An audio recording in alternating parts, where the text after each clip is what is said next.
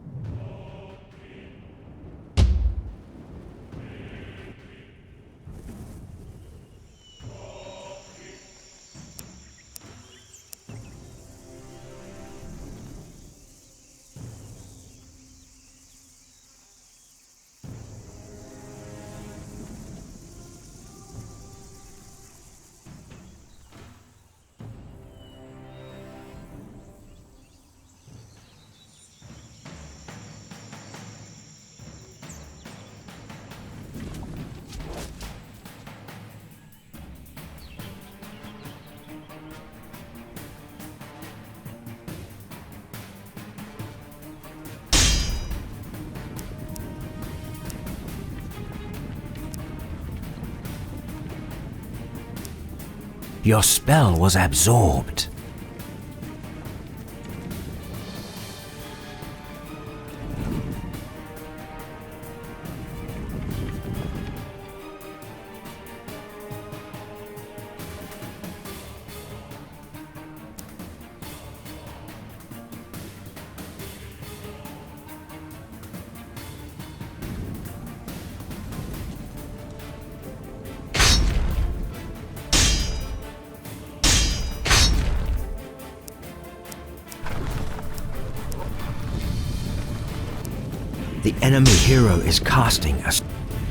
The enemy hero is casting a spell.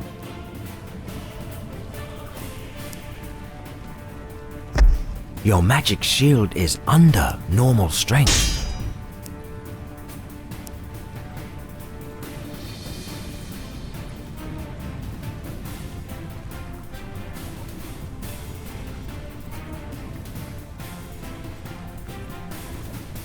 Your spell was absorbed. Fire!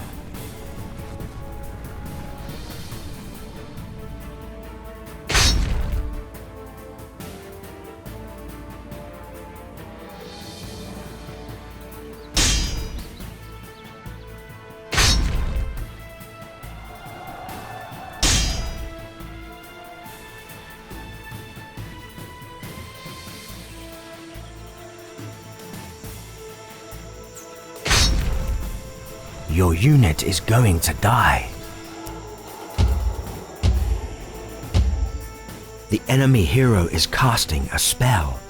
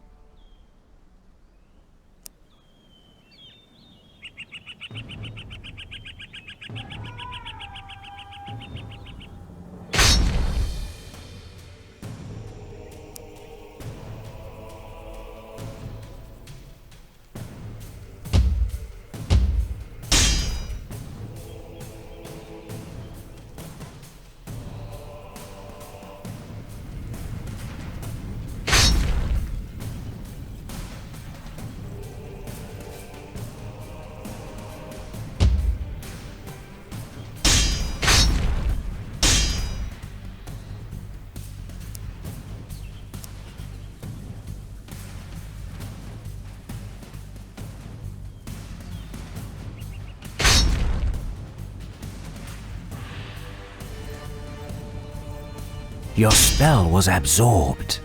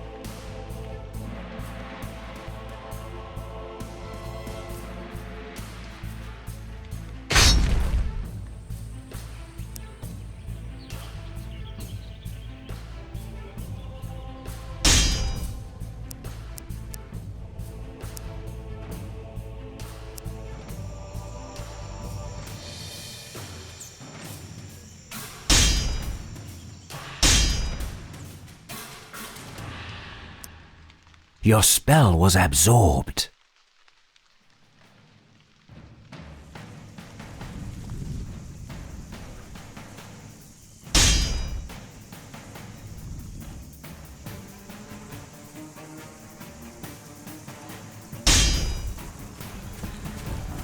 The enemy hero is casting a spell.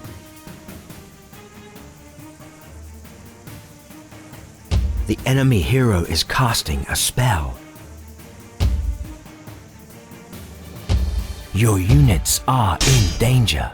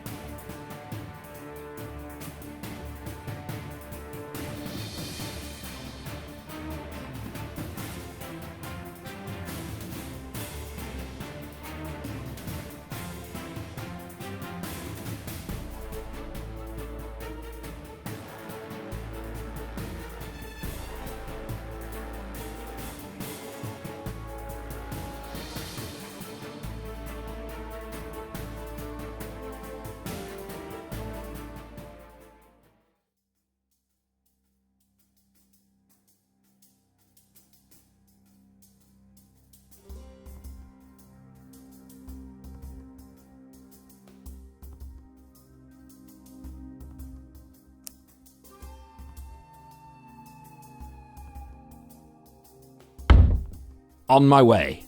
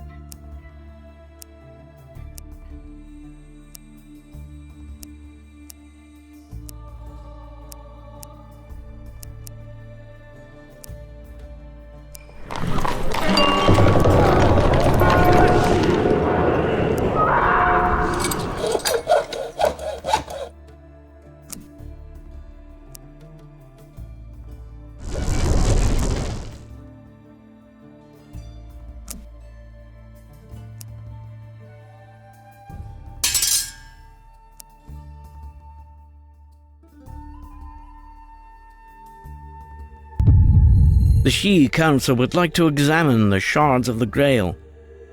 They hope that they might solve the mystery of this greatest of artifacts, which is capable of changing the fate of every living soul in the realm.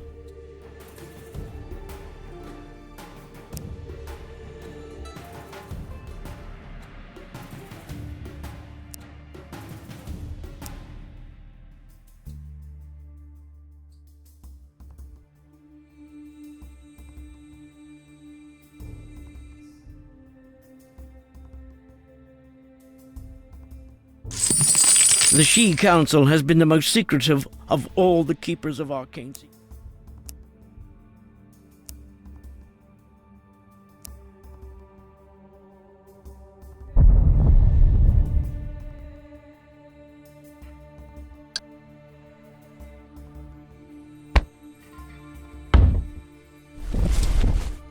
More and more people are succumbing to the Fomorian infection in Oxford. City guards slay them by the dozen, but the blight keeps on spreading. You must find the possessed creature who is behind this and get rid of him for good before he summons his master. You leave your army at the city gates and only bring half a dozen of your finest men along. The town looks as if it has been hit by the plague. Guards are patrolling from house to house looking for infected people. The funeral pyres send clouds of ash into the wind. The folk of Oxford are visibly mourning. The captain of the guards tells you that the slums are almost abandoned. Those who stayed healthy left for greener pastures, and they would rather live in the wilderness than die in their homes.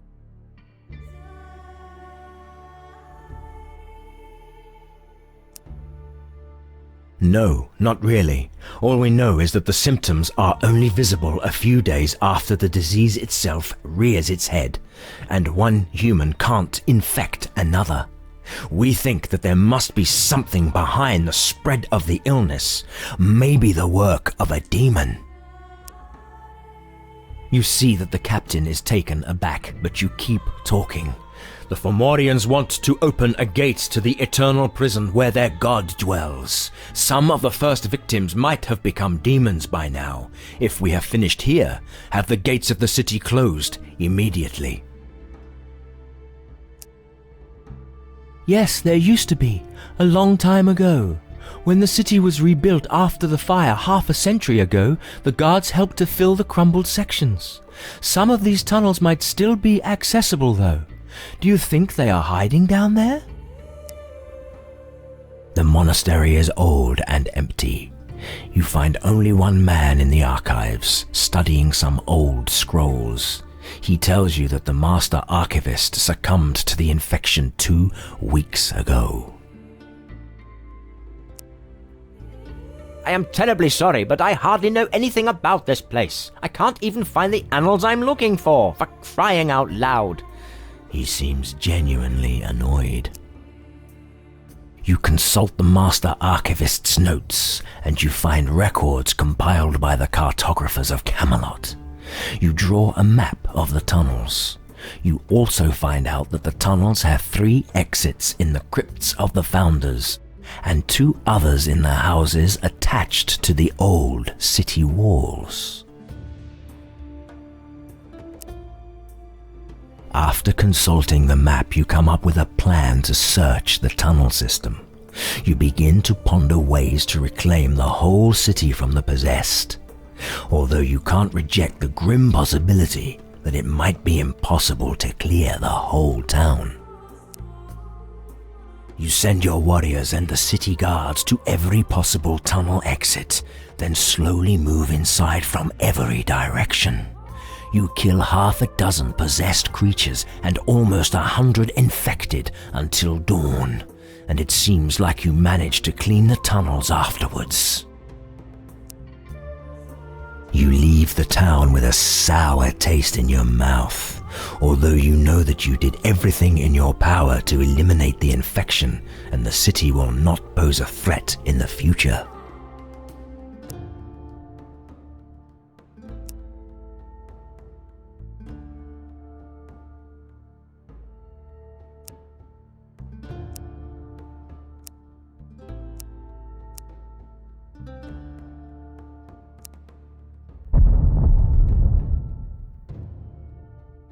My lord, I bring unexpectedly good news.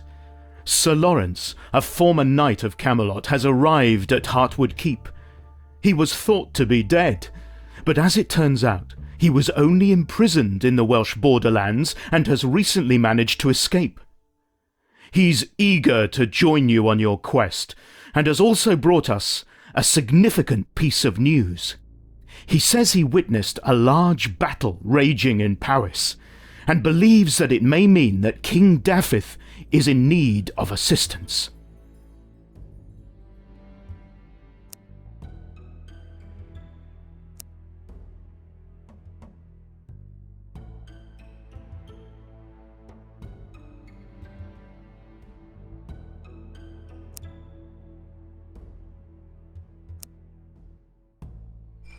Yes, my lord. Following the trail of Broderick, Merlin's apprentice, your journey took you to London, the last stronghold standing in the middle of the terrible wastelands. London is under the rule of the infamous Sir Caradoc, who had become the iron-fisted protector of the refugees. Word of your victories in the south precedes your arrival in London. The guards greet you respectfully at the gate, and they immediately escort you to the castle. The refugees of London fill the ramparts and cheer you happily. You meet Sir Caradoc in the same hall as earlier. He offers you wine and food, and expresses his gratitude. You can clearly tell that you dig into the heaps of food and fill your cup with wine. While you are eating, you discuss your victories and the nature of the Fomorians. Finally, you politely remind him of his promise. Sir Caradoc summons his guards and tells them to escort you to the prisoner. You enter the bleak dungeons of London. The row of empty cells is a clear reminder of Caradoc's law. The most common punishment here is execution. The apprentice is alone in a barren chamber. You send away the guards and turn to the man. You expected a young man, but you see a middle-aged, haggard man instead. He has wild hair and an unkempt beard, and his clothes are dirty rags. He casts a suspicious glance at you, but he says nothing. Broderick stares at you defiantly. If I answer your question, you'll leave me here to rot. But if you could persuade Caradoc to set me free, I could help you. Or you could just take over London in the name of Arthur. You should take back what's yours.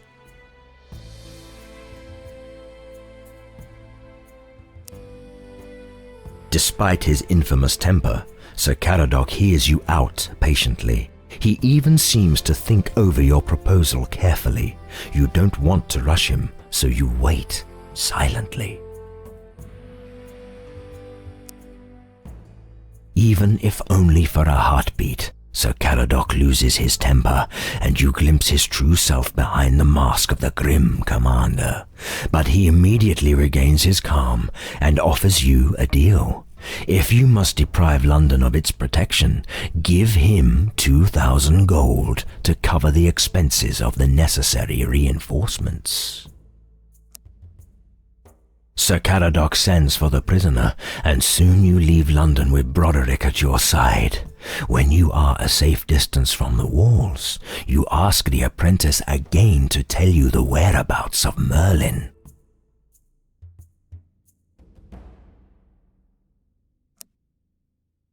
Broderick gives you a crooked smile. Merlin has disappeared without a trace. We tried to find him, but to no avail. Even our spells proved worthless. Morgana Le Fay, the enchantress, had the strongest ties with him, and the last I heard she claimed to be close to finding him.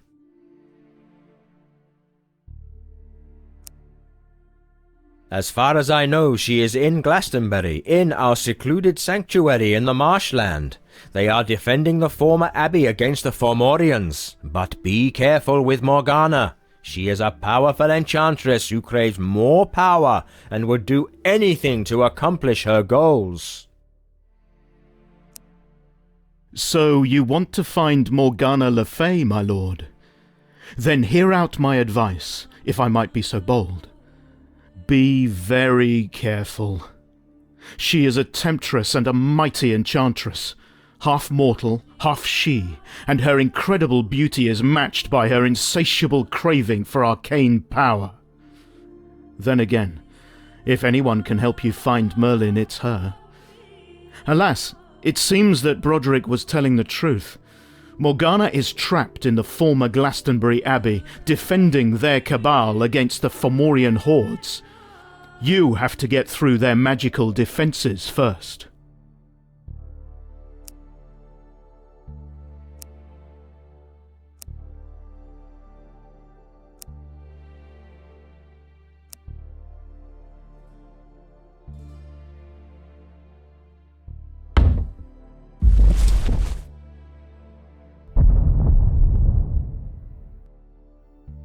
We come to beg your help, my lord, on behalf of the good people of Ilchester. Our small town is only trying to survive on its own, but we found ourselves in the middle of a territorial dispute between the tyrant of Dorset on the west and the pagan Saxons to the east. They both lay claim to our independent town and are ready to go to war for Ilchester. We, on the other hand, do not wish to bow to either of them. They would not even hear us out, but they would surely listen to the voice of the king himself.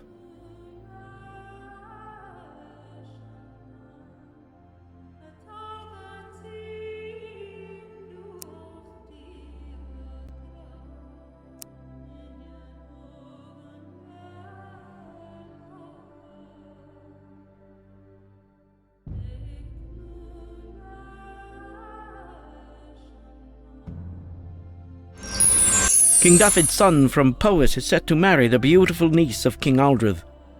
It would be well to send a fine wedding gift to the groom on this great occasion.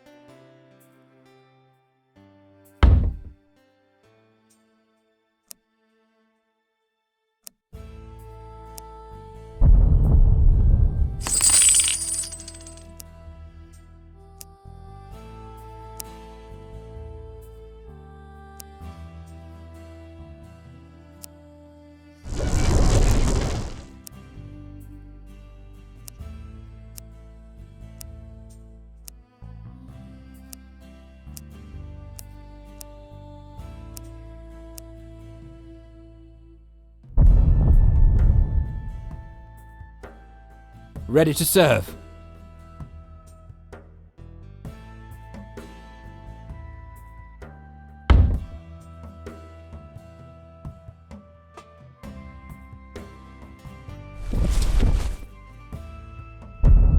My good sir, your true intention was clearly to spare lives in Oxford.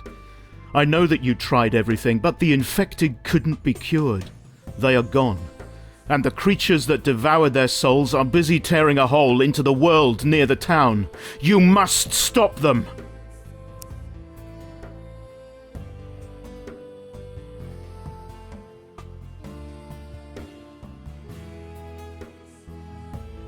Ready to serve. On my way. The town of Ilchester has sent an envoy to King Arthur with a complaint. The growing wasteland surrounding the township has already made their life difficult, but now there are also two kingdoms fighting over their small territory. They are poor and insignificant, which can only mean one thing. The conflict is likely the result of ideological or religious reasons.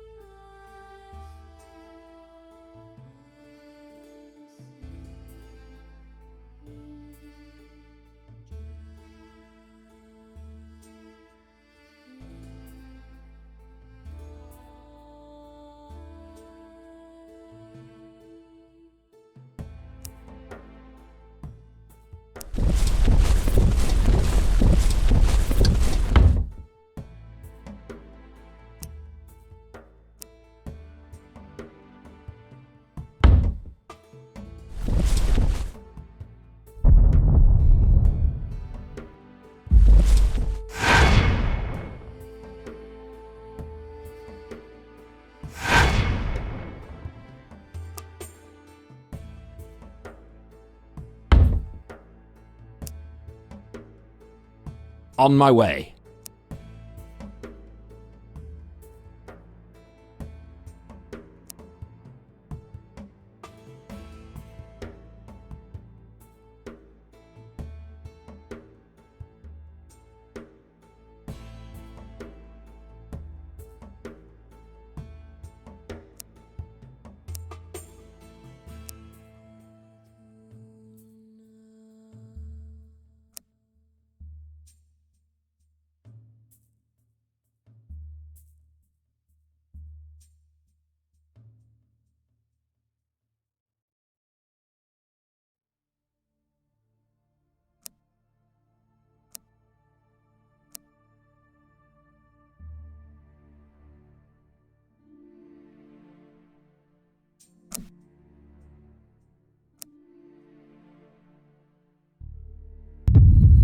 There are adepts among the Sidhe, who mortals would call wizards, though they themselves prefer the term artificer, for they are naturally adept at creating artifacts.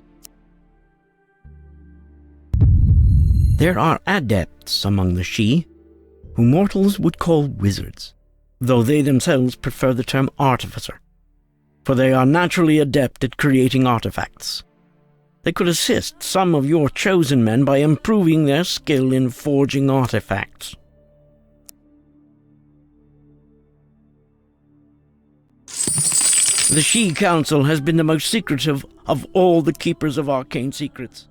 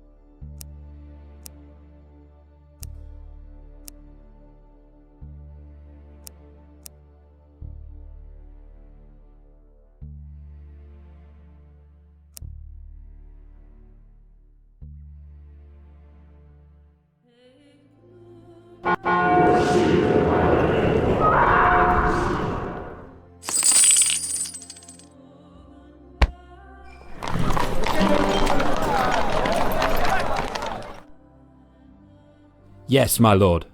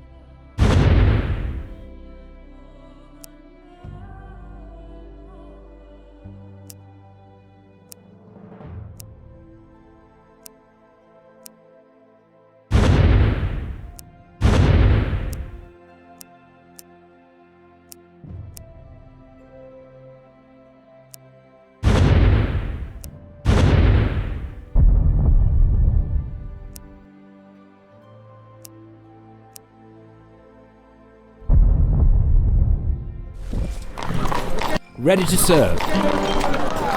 Ready to serve.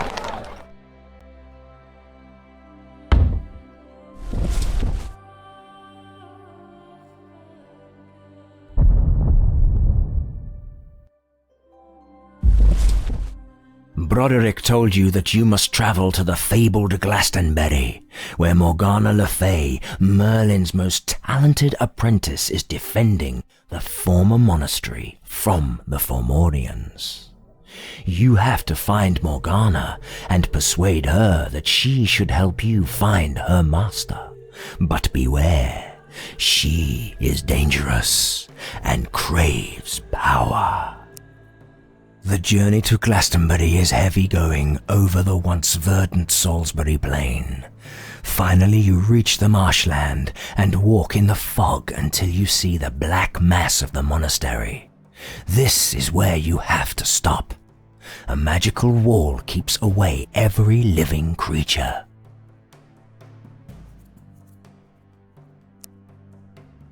You've never seen such powerful magic. If you want to break through this impenetrable wall, you will have to use the strongest artifact in your possession, the Shard of the Grail. You bend the power of the artifact to your will and use it to pierce through the invisible barrier. You feel the seething energies of the shard dissipate faster than it can weaken the protection. If the shard loses its powers, the wall will crush you. You could pour all its remaining energies into a final blast, but it could kill the wizard who maintains the wall. When you force the power of the shard against the wall, a piercing pain blinds you immediately and you stumble to the ground. When you open your eyes, you realize with a shock that you can't feel the power of the Grail anymore. At least the wall is gone. You can walk to Glastonbury. The former monastery is a sprawling complex of towers and separate buildings, surrounded by a makeshift village and a military camp. There is something clearly magical about this place, and now you understand why this place is so important for both believers and wizards alike.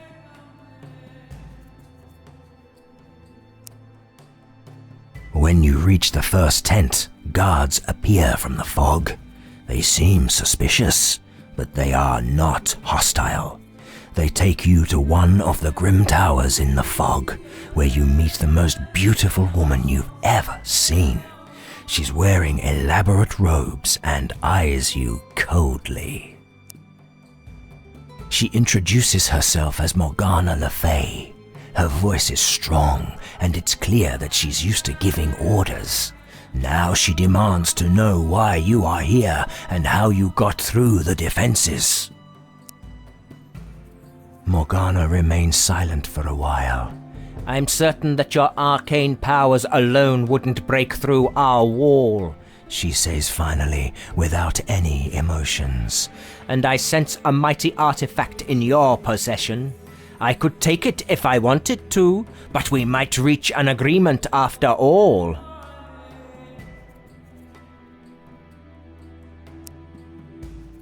Morgana sneers. Merlin disappeared during one of his mysterious journeys, and I don't know where he went. But you're right. If anyone can find my master, it's me. I know him. I know some of his secrets and his greatest enemies. I'll find him, but first, I need your help.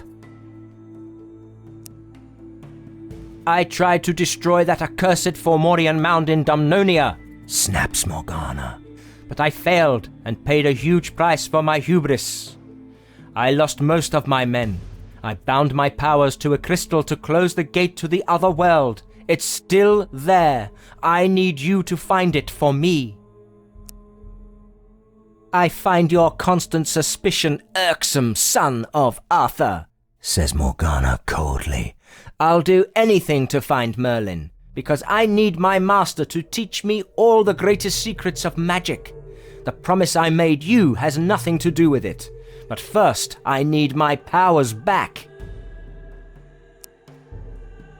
Morgana gives you a sour look. You don't have to bring the crystal to me. Quite the opposite. You must destroy it immediately. Throw it into the Fomorian gate or eradicate it with a spell.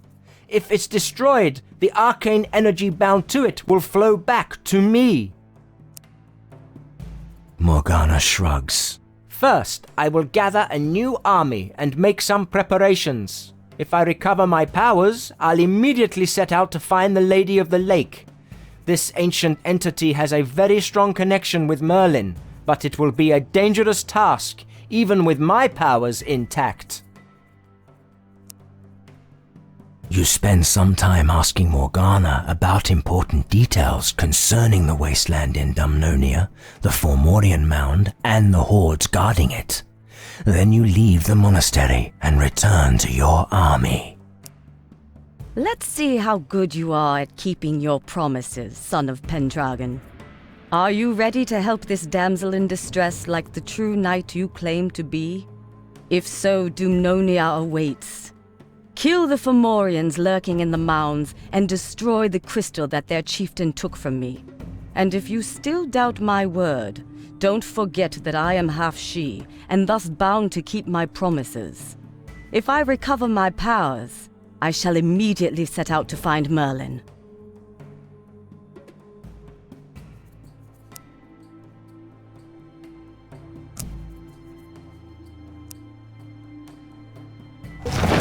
Changelings are mortal children brought up in the She court and turned into zealots capable of superhuman feats. If you sent your own warriors to train with them, this could give you a great advantage over your enemies.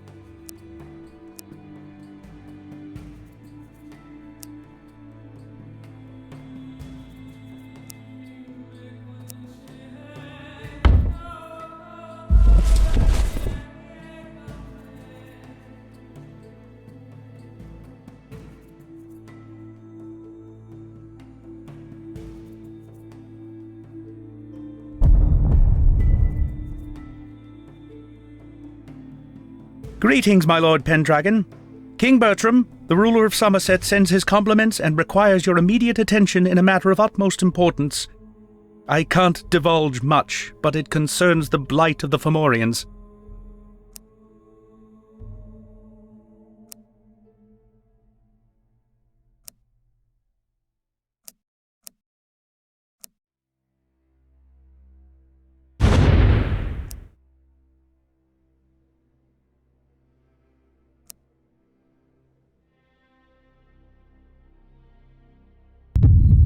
Somerset is the home of the wandering monks who seek knowledge and enlightenment across all of Britannia. Since the Fomorians flooded the realm, many of their normal routes have been closed, and they are hungry for every piece of knowledge they can find.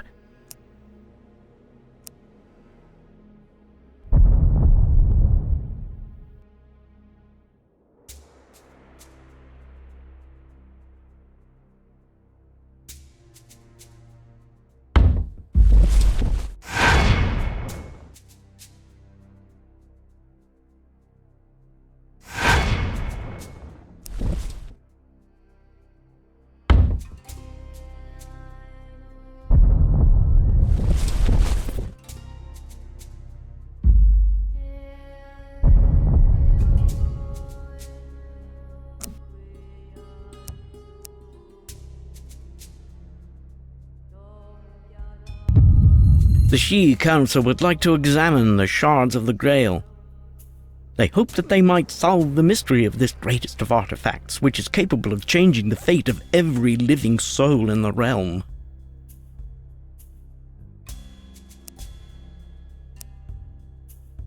The Sidhe Council has been the most secretive of all the keepers.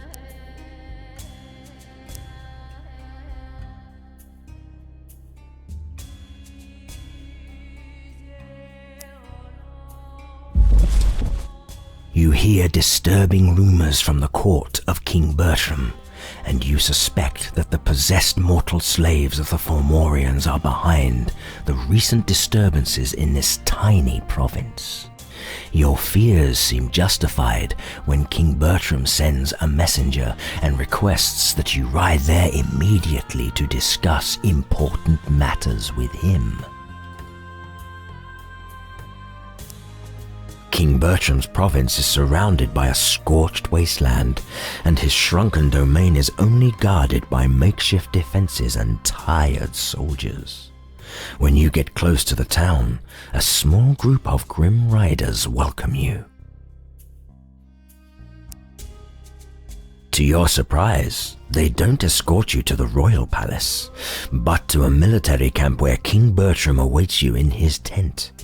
When you enter, you don't see the king, only lines of soldiers. The situation hardly resembles a negotiation. "Stay calm!" You hear a raspy voice from the shadows, and when you turn around, you see something terrible. King Bertram himself. His skin is covered with ugly boils, which is a clear indication that he's becoming possessed. His eyes still look clear though, and he seems undoubtedly peaceful. Bertram begins with an apology.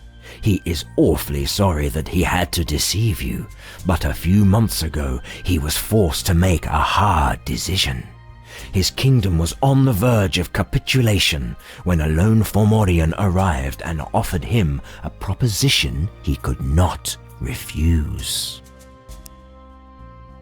The creature proposed a magic ritual to make the army stronger.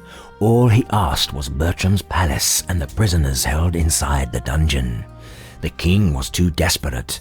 He accepted the offer, though he did not know if the ritual turned the subjects into the possessed. "I could be if he wanted," he says. "But it seems that it's not my kingdom he's interested in, but his secret deeds. He locked himself in the dungeons and rarely comes out to give me new orders." The dungeon must be his safe haven, because it is immensely huge. It has several exits, and it is defended by a number of ancient defense methods.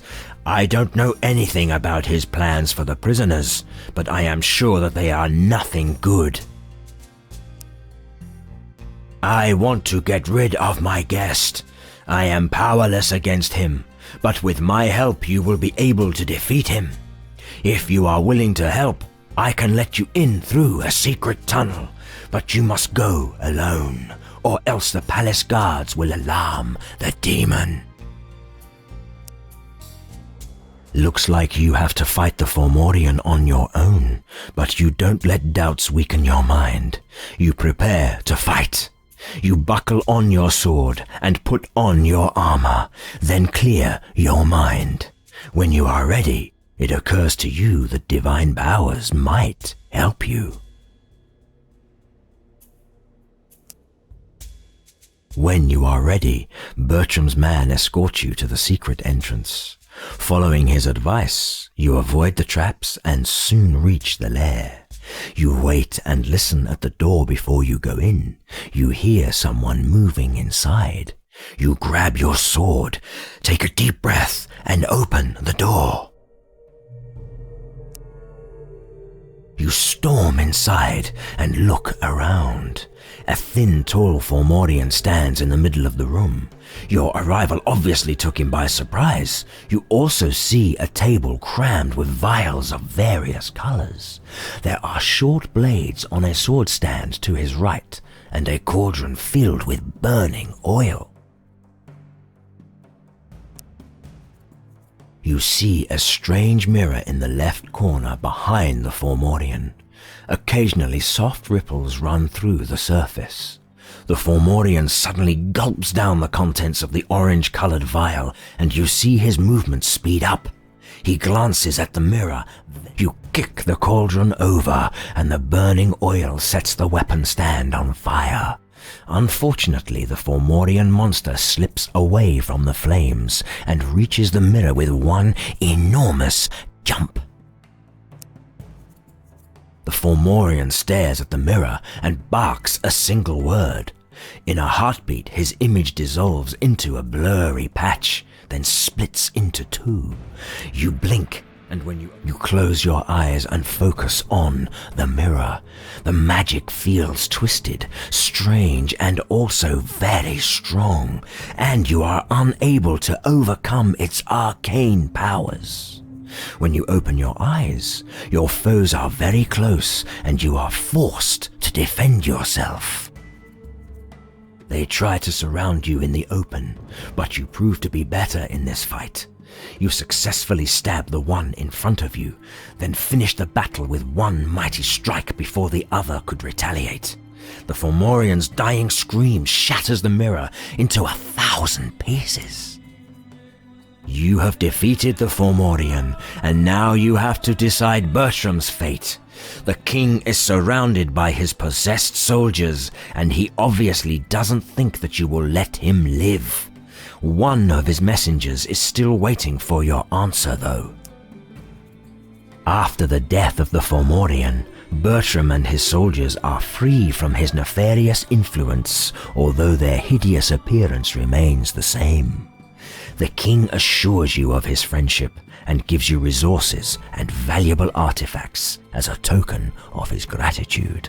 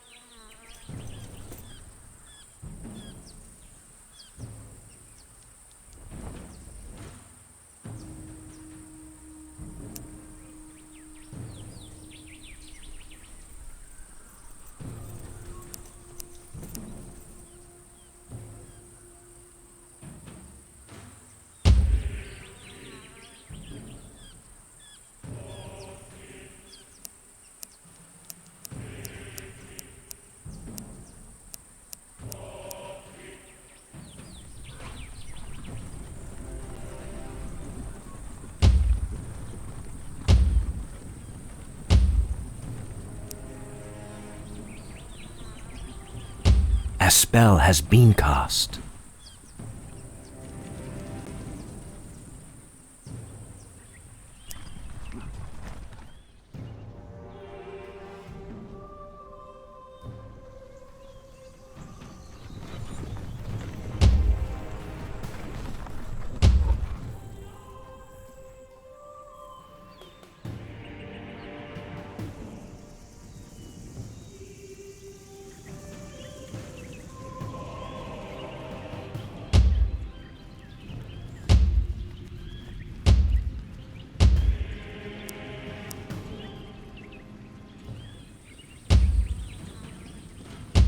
The enemy hero is casting a spell.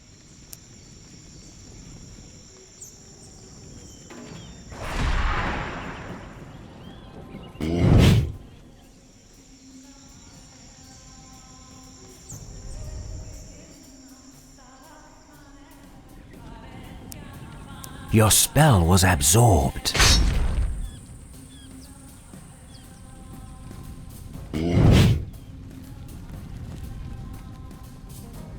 A spell has been cast.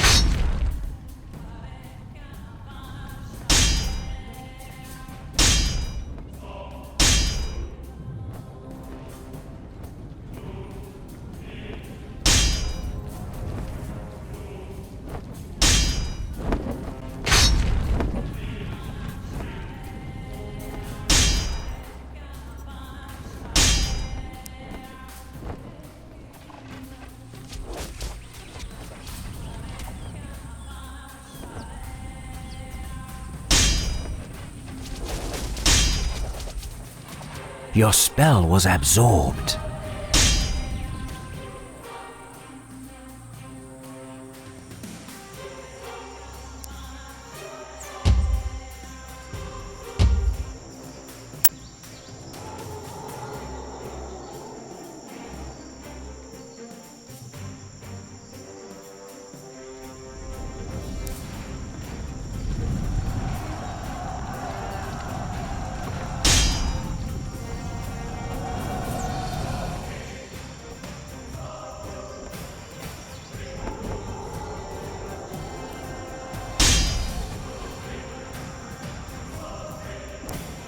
Your spell was absorbed.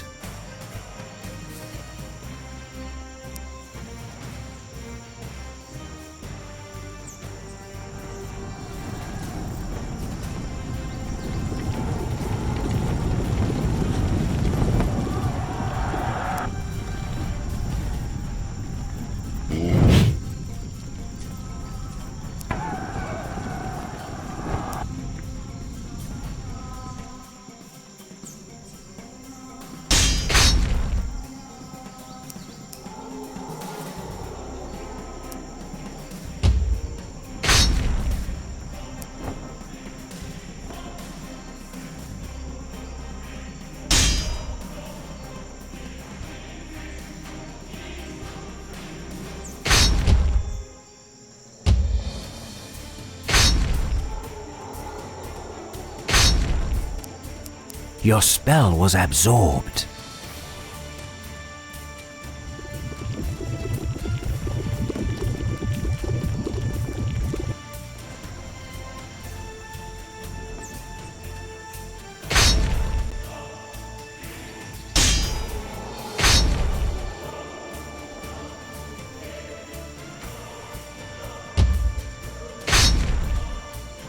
Your magic shield is under normal strength.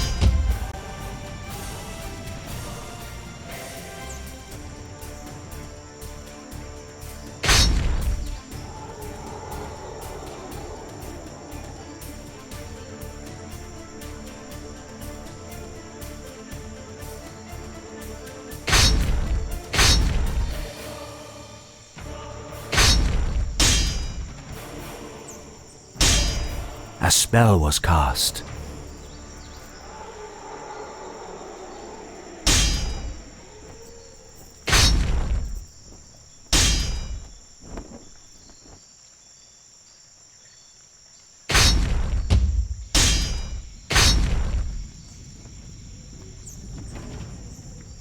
Your soldiers are going to die.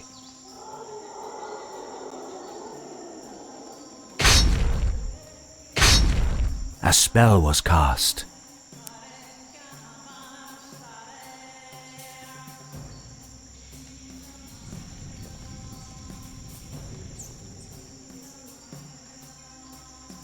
Your units are in danger. Your unit is going to die. Your hero is in grave danger.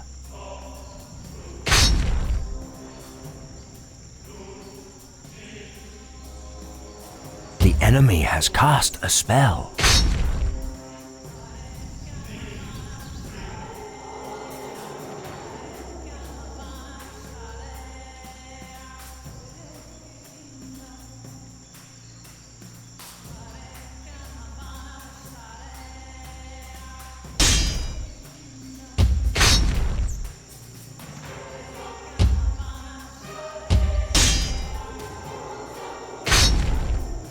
The enemy has cast a spell.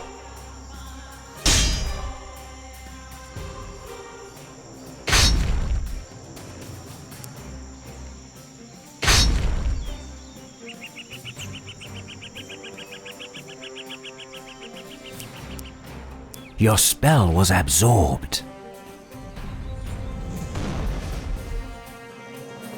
Your soldiers are going to die.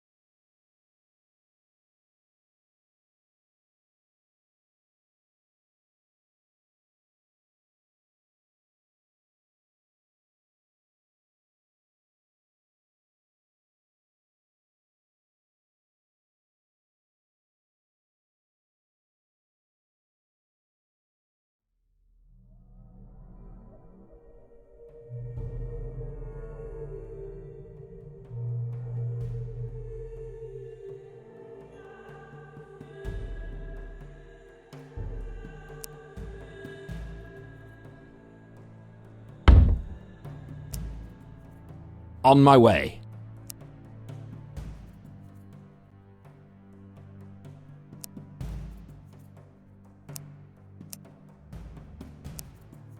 I come with grave tidings, my lord. We took away the Fomorian corpses, cleaned the area, and waited for the Nethergate to close after you performed the sealing ritual. But it did not happen. The Shard must have lost its power to close the gates after you penetrated the mighty defences of Glastonbury. We desperately need to stop the Horde swarming through the portal into Britannia. Go to Meacham and ask the help of the former Guardians of the Grail. They might be able to help restore its power.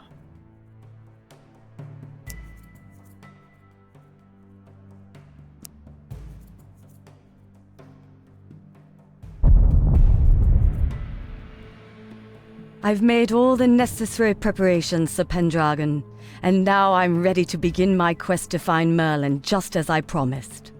First, I will travel to see the legendary Lady of the Lake. She is a creature of dreams and prophecies, and she may know where Merlin might be found. I also suspect that she was the last one to see my master.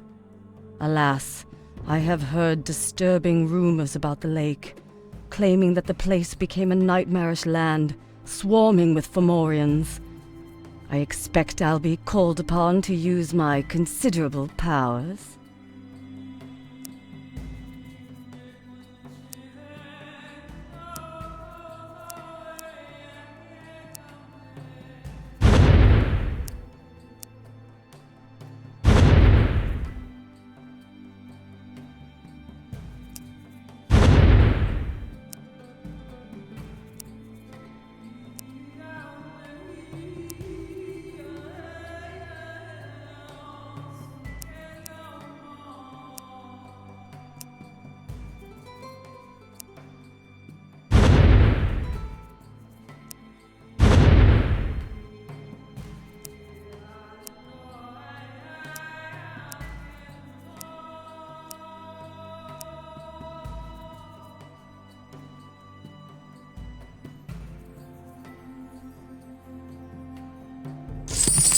The horses of Pois are widely known for their superior quality. They breed excellent mounts, battle horses and plain draft horses. As a proud Welshman, King Duffed never liked to be a part of Arthur's kingdom.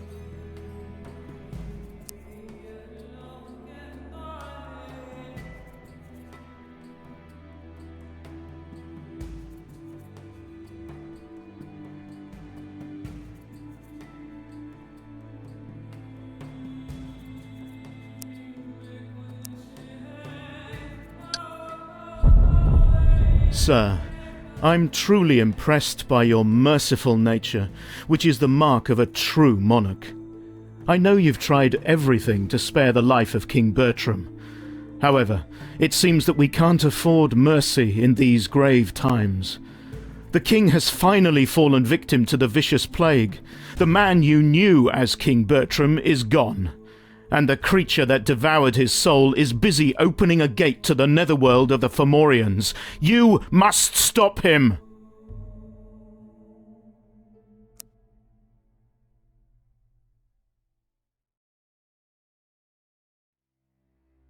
Yes, my lord.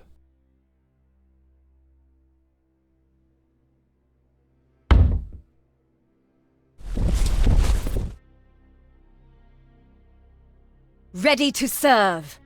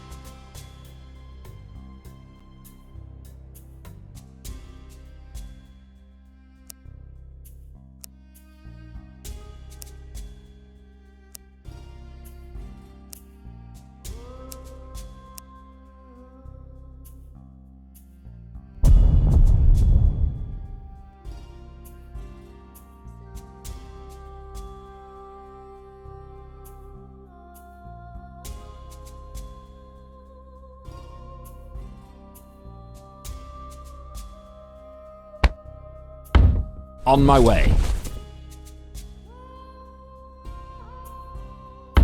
On my way.